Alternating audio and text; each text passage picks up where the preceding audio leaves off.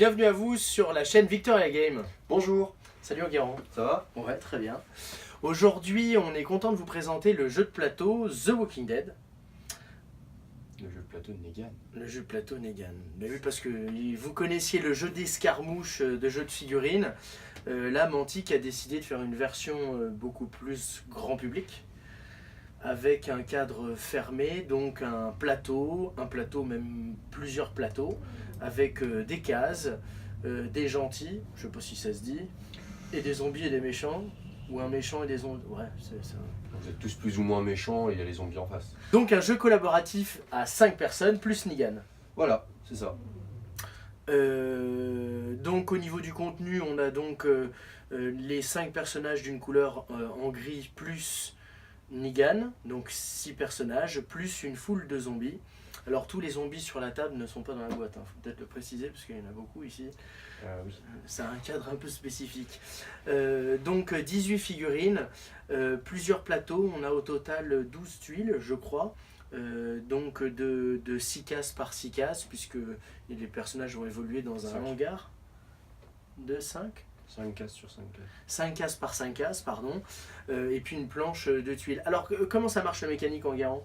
En fait, le principe est assez proche pour ceux qui ont joué au jeu Walking Dead, de Walking Dead, le jeu d'escarmouche. Chaque joueur va avoir 2 actions qu'il va dépenser dans la première phase, qui est celle des survivants. D'accord. Ces 2 actions doivent être différentes, donc ça peut être courir, ouvrir des portes, tirer, attaquer, fouiller un pion. D'accord. Comme jusque là, c'est assez proche de ce qu'on avait dans le jeu de figurines de Walking Dead. Voilà. D'accord. Même les cartes Ça, c'est tous ressemblent les beaucoup. personnages. Ok. Une fois que tous les joueurs auront fait leurs actions, on va avoir la phase des zombies, D'accord. dans laquelle on va déplacer les zombies, on va tirer une carte événement pour savoir ce qui va se passer, on va faire rentrer d'autres zombies sur le plateau, etc. etc. Et après, on recommence jusqu'à ce que mort s'en suive. D'accord. Et Negan, il bouge quand?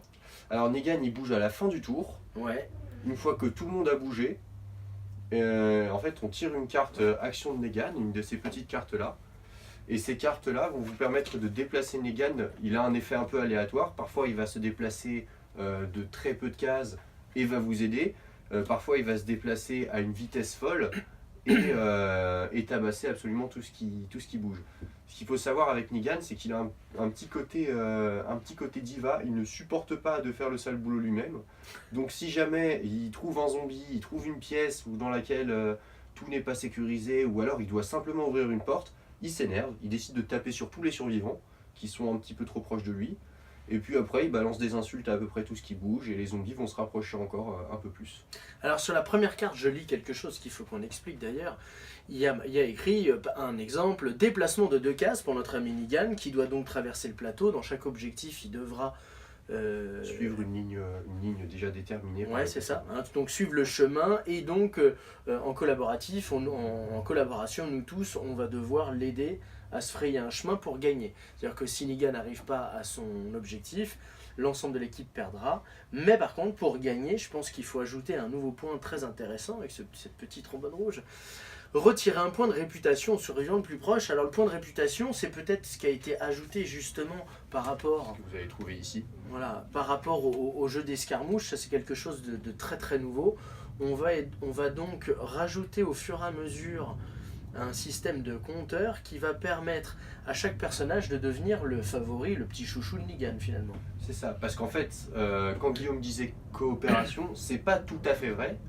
Vous êtes tous ensemble, mais il y en a quand même un qui va gagner à la fin. Donc si jamais vous réussissez pas les objectifs, tout le monde perd.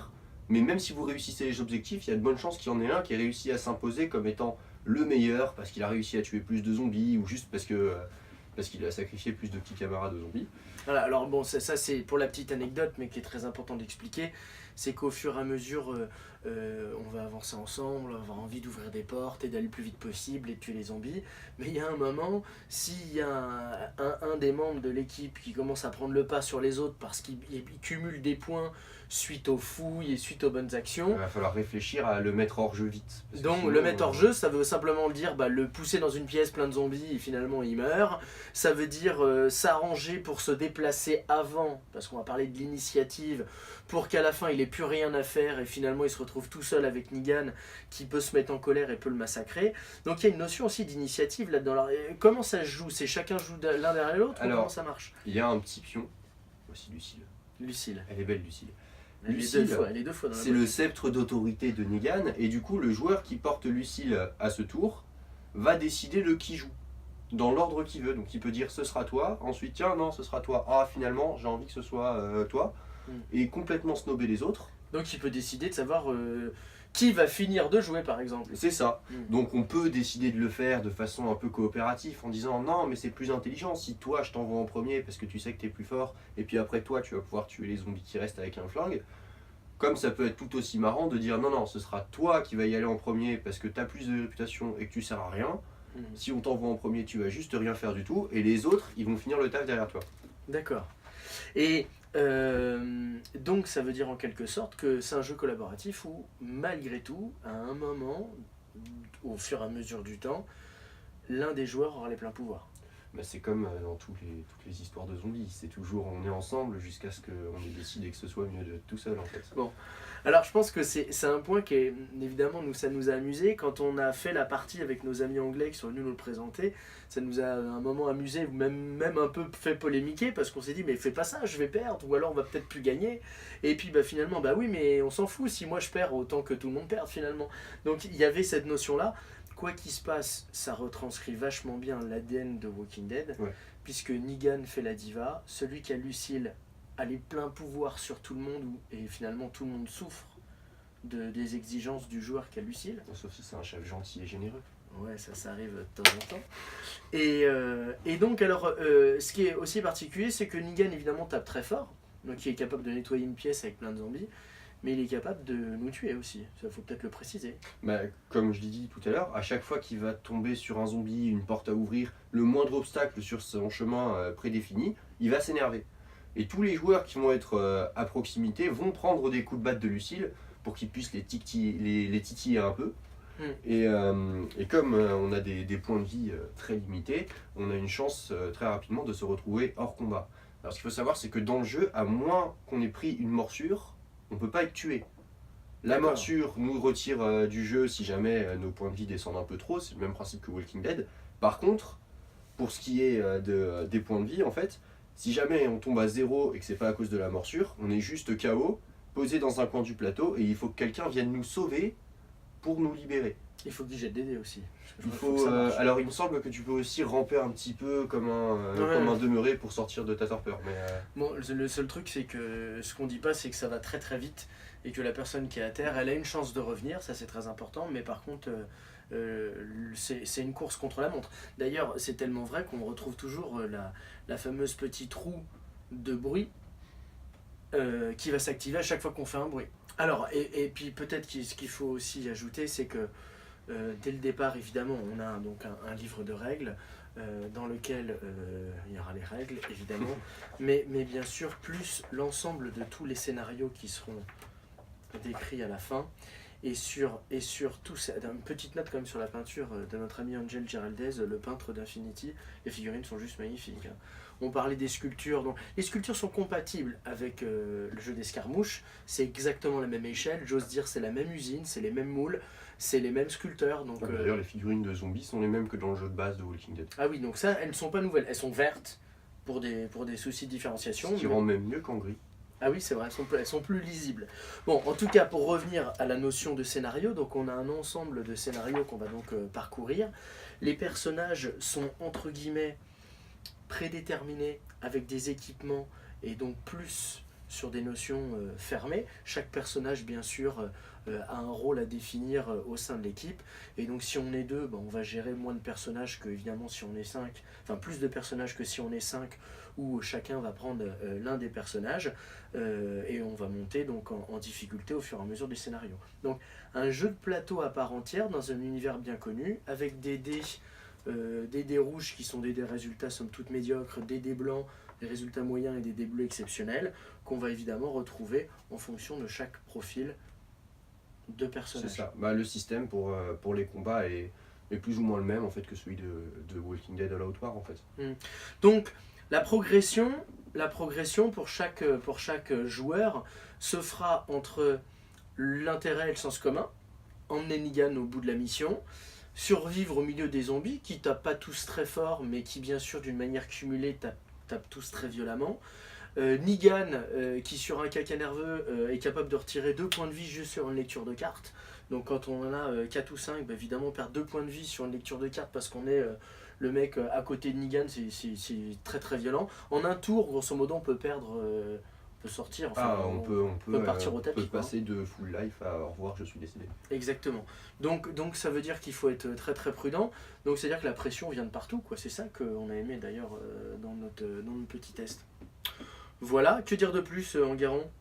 Bon, on pourrait peut-être parler du coup des programmes de Ah oui. revendeurs. Ah bah oui. Alors, c'est quelque chose de très important. Ce jeu n'a pas été lancé en Kickstarter. Ronnie Renton, le fondateur de Mantic, a décidé de ne pas le lancer en Kickstarter et donc de faire privilégier le réseau de magasins. Je dis ça, c'est important parce que c'est de plus en plus... alors il y a un paradoxe chez eux, ils lancent tout en Kickstarter et malgré tout, en deuxième vague, ils ont toujours une tendance à lancer quelque chose de 100% magasin alors qu'ils pourraient continuer à le relancer. C'est pas Skybound qui a dit non, on ne veut pas, c'est un vrai choix qu'il a fait.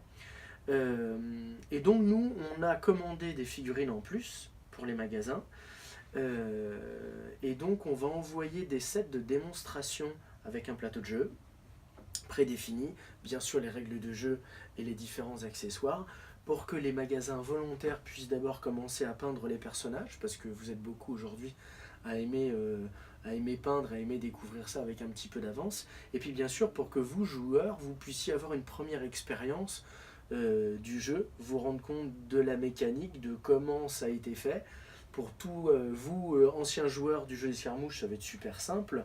Mais par contre, ce qui est très intéressant, c'est de voir pour vous, tous les autres qui n'aimaient pas les jeux de figurines, ici on retrouve toutes les mécaniques d'un jeu de plateau avec pion ou avec figurines ordinaire. Voilà, donc on est dans un cadre fermé. Donc ça veut dire qu'on va proposer ça pour tous les magasins qui sont volontaires. On va proposer ces kits de démonstration. Et puis pour vous, si joueurs, si vous avez envie de mettre ça en place dans un magasin qu'on ne connaîtrait pas, ou bien qui n'aurait pas encore eu vent d'ouvrir son email, etc. sur cette opération, n'hésitez pas à lui en parler. Donc on a beaucoup de sets à envoyer au sein des magasins. Que dire de plus, Enguerrand ? Je pense qu'on a fait le tour. On a fait un tour. Si, on va poster une autre vidéo avec notre interview, notre ami Josh Roberts, puisqu'on avait fait un interview de notre ami de chez Mantic directement. Donc on va peut-être aussi mettre cette vidéo, en profiter pour mettre cette deuxième vidéo. Le jeu sort au mois de novembre. À l'heure où on vous parle, donc cette boîte est une boîte de production, a été tirée avant d'être envoyée dans le bateau. Nos produits sont dans le bateau. Arriveront donc pour novembre. Quand j'ose pas me prononcer, puisque Mantic est une marque qui des fois a quelques petits soucis de ponctualité. En tous les cas, le jeu est traduit en français.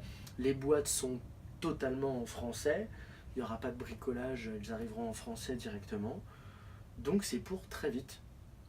Une petite note. Cool. Ouais. Ah si, alors pour les joueurs, note importante parce que beaucoup de gens nous ont dit mais est-ce que nous, si on achète les joueurs du jeu de figurines et sermouches, est-ce que si nous on achète ces figurines-là, on aura des profils? La réponse est oui. Elle ne sera pas dans la boîte de base parce que le jeu a été fait entre guillemets autosuffisant pour lui-même.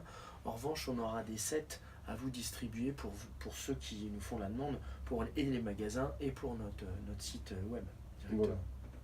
Donc oui, il y aura bien des profils spécifiques pour tous les nouveaux personnages qui n'étaient pas déjà sortis. Et des profils officiels. Parce que Mantic va sortir les siens aussi. Donc ce seront des profils que vous pourrez retrouver sur toutes les tables de jeu de Walking Dead. Ce sera votre première bande de sauveurs en fait. Voilà. Bon. Voilà. Eh ben écoute, merci Enguerrand et puis à bientôt. À très vite.